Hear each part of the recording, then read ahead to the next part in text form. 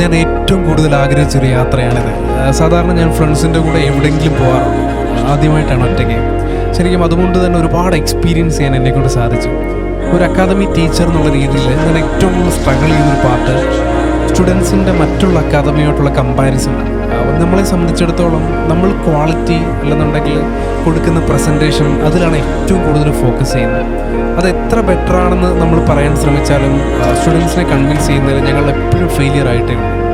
So ഈ ഒരു ഒറ്റ വീഡിയോയിലൂടെ ഒരു പക്ഷേ നിങ്ങൾക്ക് അക്കാദമി എക്സ്പീരിയൻസ് ചെയ്യാൻ പറ്റുമെന്ന് ഞാൻ വിശ്വസിക്കുന്നു.